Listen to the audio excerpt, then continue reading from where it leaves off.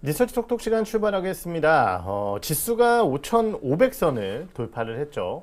그 5,500선 돌파의 이면에는 결국은 삼성전자를 필두로 한 반도체 섹터의 강세가 있었습니다. 정말 거칠 것 없는 시장 상승이라는 생각이 들고요. 어제 이제 미증시가 나스닥 중심으로 2% 넘게 하락을 하면서 사실은 오늘은 또 좀 조정을 받지 않을까 생각을 했었는데 국내 증시 소폭 하락을 하고 있지만 보합권에서 등락을 거듭하고 있네요. 반도체 섹터가 시장을 이끌어가고 있기 때문에 지수 판단을 위해서는 반도체 섹터에 대한 얘기를 계속 나눠봐야 될 것 같아요. 함께 해주실 저희 최민숙 위원과 함께 이 시간 출발해 보도록 하겠습니다. 안녕하세요. 안녕하세요. 네, 사실 이제 너무 자주 모셔서 제가 죄송해요. 왜냐면은 정말 일정이 많으실 텐데 이게 저희 방송에만 이렇게 일정을 나와주시지 않고 또 다니시는 게 굉장히 많으실 텐데 저희 시청자분들을 위해서 그리고 준비된 일정을 다 소화해 주셔서 우선 감사의 인사를 좀 드리겠습니다. 그리고 우리 시청자분들께서는 또 자주 나오신다고 하시면은 좋아하시지 않을까 이렇게 생각이 들어요. 예, 출발을 해보도록 하죠. 오늘도 이제 삼성전자가 좀 올라서고 있는데 사실 정말 이게 도대체 어디까지 이어질 것이냐. 그리고 최근 삼성전자의 주가의 상승에는 뭐 실적 상승도 있지만은 수급적인 부분도 분명히 있을 것 같거든요. 외국인들의 최근 이러한 수급들 그리고 충분히 많이 산 거 아니냐 아니면은 뭐 아직 여력이 있다 이런 것들에 대한 판단도 해봐야 될 것 같은데 어떻게 봐야 될까요? 수급은 저는 이제 시작이라고 보고요. 네. 쭉 보시면은 저희 애널리스트들이 반도체 좋다고 한 게 네. 작년 한 8월, 9월 거의 9월부터 시작이었는데 네.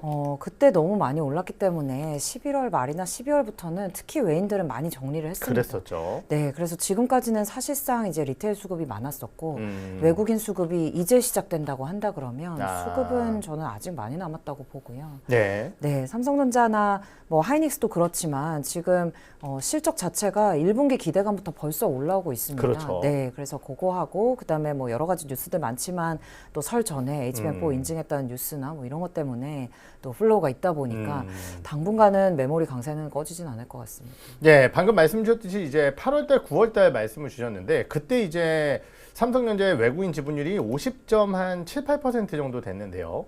지금 주가는 그때보다 훨씬 많이 올라와 있는데 외국인 지분율은 51.5%입니다. 올라온 게 없거든요. 그러한 측면에서 외국인들의 수급을 크게 걱정할 필요는 없다라는 생각이 들기도 하네요. 그러면 이제 방금 말씀 주셨듯이 이제 1분기 실적에 대한 기대감들이 또 눈높이가 높아지고 있다 이런 말씀을 주셨는데 아직까지 저희가 프리뷰를 하긴 좀 그렇지만은 원래 이제 최 의원께서도 연간 분기 실적들을 이렇게 추정을 하셨을 거 아니에요. 근데 네. 그 눈높이를 좀 많이 높이고 계신 상황이신가요? 네, 그렇습니다. 일단은 가격이 1분기부터 벌써 너무 세게 오르고 있거든요. 그래서 제가 지금 추정해놓은 추정치의 가정이 1분기에 D램이 QOQ로, 그러니까 전분기 대비 50% 오르고, 네. 낸드가 40% 오른다고 가정을 해놨습니다. 근데 이것도 사실 굉장히 공격적인 그렇죠. 가정이었는데요. 일반적으로는. 네, 근데 실제로는 지금 D램이 전분기 대비 한 60에서 70%, 낸드도 한 60% 이렇게 가격이 상향될 것으로 보이기 때문에 네. 1분기부터 이렇게 올라가 버리면 뭐 뒤쪽도 계속 올라가니까 네. 결국은 이익 눈높이는 계속해서 올라갈 수밖에 없을 거고요. 그래서 삼성 하이닉스 멀티플하고 그다음 코스피 멀티플은 계속 내려와서 네. 밸류에이션 부담이 점점 줄어들고 있는 상황입니다. 말씀 주셨듯이 이제 코스피의 멀티플 자체는 아무래도 이익의 절반 이상을 또 담당하게 되는 삼성전자, SK하이닉스의 실적 추정과 밀접할 텐데 제가 봤더니 뭐 10년 평균 PER보다도 지금 코스피 PER이 낮은 상황입니다. 그렇기 때문에 사실 이러한 부분들이 좀 주가의 상승을 지지하고 있는 것이 아닌가 이렇게 판단이 들기도 하고요. 그런데 이제 삼성전자 같은 경우는 지금 메모리 쪽에 뭐 워낙 포커스가 맞춰져 있는데 제가 이제 어저께인가 삼성 갤럭시 제품가 이제 공개된 거를 이렇게 봤더니 무지무지하게 비싸졌어요. 그래서 이걸 보면서 물론 삼성전자의 실적에 스마트폰 실적이 얼마나 영향을 끼칠까 이런 생각이 들긴 하지만은 결국은 뭐라고 할까요? 이쪽에서 좀 숫자가 안 나오면은 시장에서 오히려 이거 세트에 대한 우려 이런 것들 좀 경계하는 거 아닐까 이런 생각이 들기도 하는데 이거는 좀 기우일까요? 어떻게 봐야 될까요? 일단 메모리 실적이 너무너무 좋습니다. 그렇죠. 네, 그래서 저희가 이제 직전에 뭐 코로나 제외하고 슈퍼사이클이라고 했을 때의 메모리의 전사에서의 영업이익 네. 기여도가 한 75% 정도 됐는데요. 올해 저의 추정에 따르면 95%의 영업이익이 메모리에서 나옵니다. 그래서 제가 175조 원을 영업이익으로 썼는데 네. 대부분이 메모리에서 나오다 보니까 사실 음. 세트 부문에서 당연히 이제 세트 슈먼트나 여기서 이제 차질이 있을 거고 마진 훼손도 있을 텐데요. 그렇겠죠. 그거를 감안을 해도 메모리에서 상승되는 부분이 너무 커서 상쇄하고도 남을 거라고 보고 있습니다. 또 하나 이제 살펴봐야 될 부분이 저희가 이제 뭐 중국은 아예 생각을 안 했었는데 어제 그저께 제가 메모리 관련된 뉴스를 쭉 찾다 보니까 이 중국의 메모리를 또 찾는다 이런 얘기들이 많이 나오고 있더라고요. 네. 실제적으로 이제 워낙 우리나라 메모리 가격이 좀 비싸지고 뭐 서버용 쪽은 우리나라 제품군들을 대부분 다 쓰겠지만은 이러한 부분 쪽에 대한 중국의 또 수익성 강화와 이에 따른 공격적인 투자 이런 것들은 어떻게 봐야 될까요, 저희가? 중국은 계속 이제 자급을 하려고 할 거고요. 네. 그다음에 말씀하신 대로 어차피 저희 쪽에서 구하지 못하기 때문에 그렇죠. PC나 모바일 업체들 특히 이제 중국 모바일 업체가 전체 스마트폰 신문트의 50% 담당하고 있거든요. 그래서 중국 모바일 업체 중심으로는 중화권 디램으로의 전환은 계속될 수밖에 없다고 봅니다. 네. 근데 이제 사실 수익성 측면에서 중국 디램 업체나 낸드 업체가 돈이 없어가지고 투자를 못하는 건 아니거든요. 그렇겠죠. 뭐 3월에 CXMT 같은 경우도 IPO 앞두고 있지만 이제 돈이 없어서 IPO 해가지고 투자하려고 하는 거는 아니고요. 네. 어차피 정부에서 지원을 해주기 때문에 지금 투자가 본인들이 생각했던 속도보다는 조금씩 느려지고 있는데 그거는 결국 미국의 제재 때문입니다. 네. 네, 그 점을 감안을 하면 IPO를 한다든지 아니면 여기서 돈을 번다고 하더라도 크게 저희가 예상했던 데서 뭐 중국의 어떤 메모리가 벗어나지는 않을 것 같고요. 이제 당연하게도 PC나 모바일 중심으로 이제 서서히 시장이 양분돼서 네. 특히 중국 내수는 중화 메모리가 담당을 하는 거는 뭐 예상했던 바대로 자연스러운 수순일 수밖에 없다고 봅니다. 네, 또 하나 이제 여쭤보고 싶은 부분은 최근에 이제 SK하이닉스를 보유하고 계신 분들은 약간 뭐라고 할까요? 그래도 좀 아쉽다 이런 생각을 하시는 분들이 있으실 것 같은데 분명히 이제 삼성이 뭐 AI 쪽 뉴스가 나오면은 삼성과 SK하이닉스의 밸류 격차가 줄어들 것이다라는 전망은 뭐 대다수의 사람들이 했었어요. 실제적으로 지금 나타나고 있는 SK하이닉스 대비 삼성전자의 주가 강세는 그러한 과정이라고 저희가 좀 생각을 해봐야 될까요?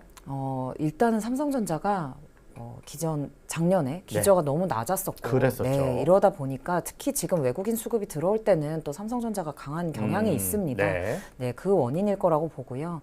사실 이제 작년부터 봤을 때는 앞서거니 뒤서거니 하면서 이제 하이닉스가 먼저 올랐으면 네. 삼성이 뒤따라오고 이렇게 키 맞추기 하는 모습을 보였기 때문에 이게 이제 지금 워낙 하루에 변동성이 크게 나타나고, 맞아요. 네, 그러다 보니까 좀 과격하게 삼성전자만 좋아 보일 수는 있는데요.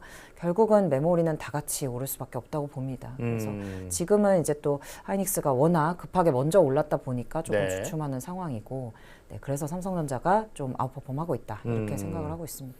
우리가 이제 공급에 대한 우려 이런 것들이 이제 리스크 요인으로 작용을 하고 있는데 사실은 이제 삼성전자와 SK하이닉스의 전략적인 부분 혹은 이제 마이크론 테크놀로지까지 가세를 해서 야, 이 호황을 조금이라도 더 누려야 돼. 어떻게 보면 이제 굉장히 빠른 투자 이런 것들을 통해서 우리가 이제 기존에 예상했었던 수익에 대한 고수익의 장기 사이클 이 부분이 조금 앞당겨질 만한 리스크 요인은 없을까? 이 부분은 어떻게 봐야 될까요?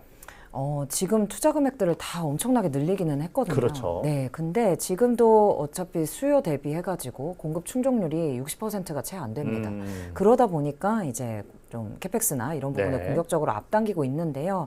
이게 어차피 저희가 뭐 팹을 다 지어놨는데 장비를 앞당긴다 하면은 앞당길 수 있습니다. 그렇죠. 집어넣으면 되니까요. 네, 근데 지금 팹이 없어가지고 클린룸을 지어야 되는 상황이기 때문에 요거는 계획보다 많이 앞당기기가 어렵습니다. 네. 그리고 저희가 지금 하이닉스가 내년 한 2월, 그다음에 삼성전자가 뭐 내년 한 2분기나 3분기 정도에 그 신규 팹을 오픈한다고 되어 있잖아요. 네. 그러면 거기서부터 실제 이제 양산에 기여되는 게 최소 1년 걸립니다. 아, 그렇게 오래 걸려요, 램프 네, 하고 왜냐하면 하는 데까지? 네, 맞습니다. 왜냐하면 저희가 뭐 200K 팹이다 하면은 그 200K 캐파를 한 번에 다 하지도 않고, 아, 그렇겠죠, 그거는. 네, 처음에 당연히 이제 파일럿부터 시작해가지고 서서히 양산을 늘려 나가거든요. 그래서 처음 한 턴 돌렸을 때 이게 문제가 없는지 확인을 그렇겠죠. 하고 확장하고 하는데 한 5, 60 40K까지 확장하는데 최소 1년 걸립니다.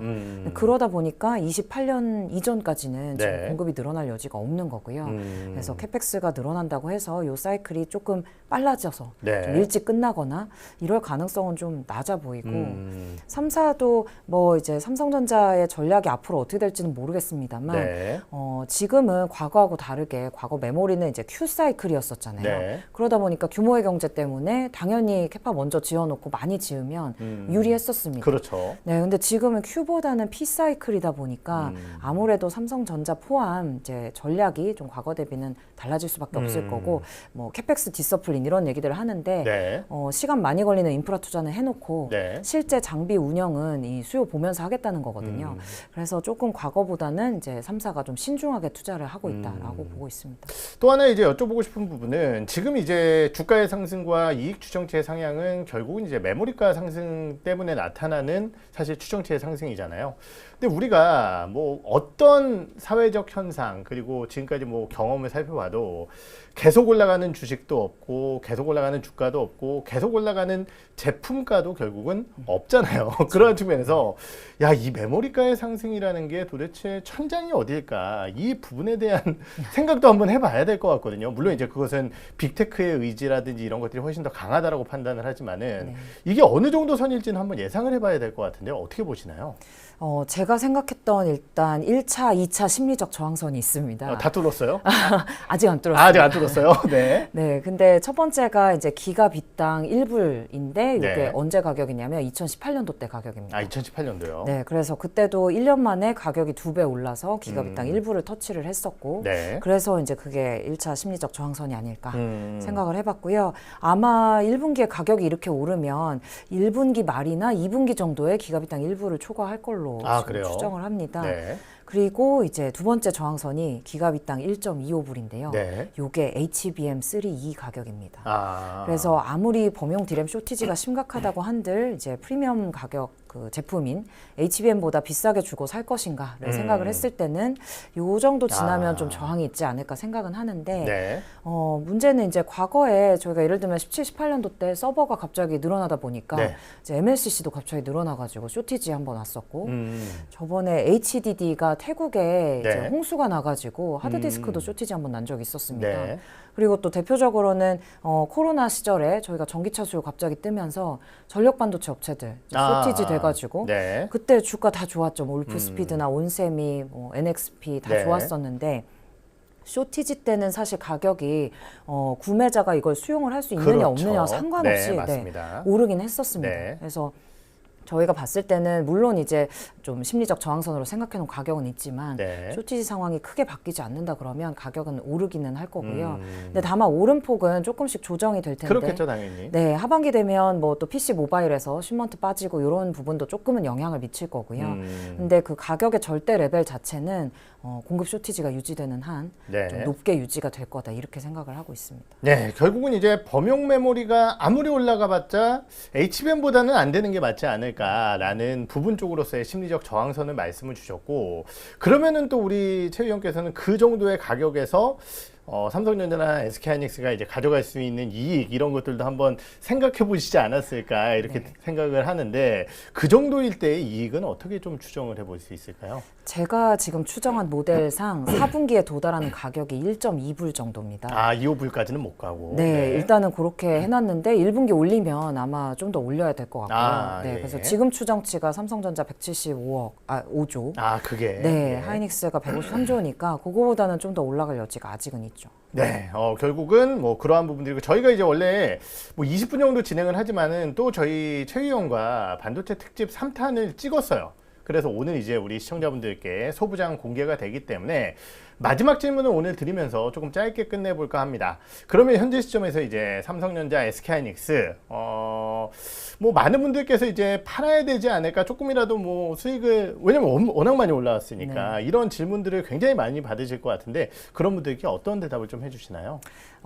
왼쪽 어깨에서 파느냐, 머리를 보고 오른쪽 어깨에서 파느냐 차이인데요. 네. 지금은 일찍 내릴 필요 없다라는 생각입니다. 예, 사실 이제 염동찬 위원께서 오늘 퀀트 리포트를 쓰셨는데 해주셨는데 맞습니다. 달리는 말에서 제일 먼저 내릴 필요는 없다라는 제목의 리포트였던 맞습니다. 것 같거든요. 네. 그러한 측면에서 오른쪽 어깨에서 내리자라는 말씀을 해주셨어요. 이렇게 오늘 시간은 마무리 지어보도록 하죠. 함께해 주신 최민숙 애널리스트와는요 인사 나눠보도록 하겠습니다. 감사합니다. 감사합니다.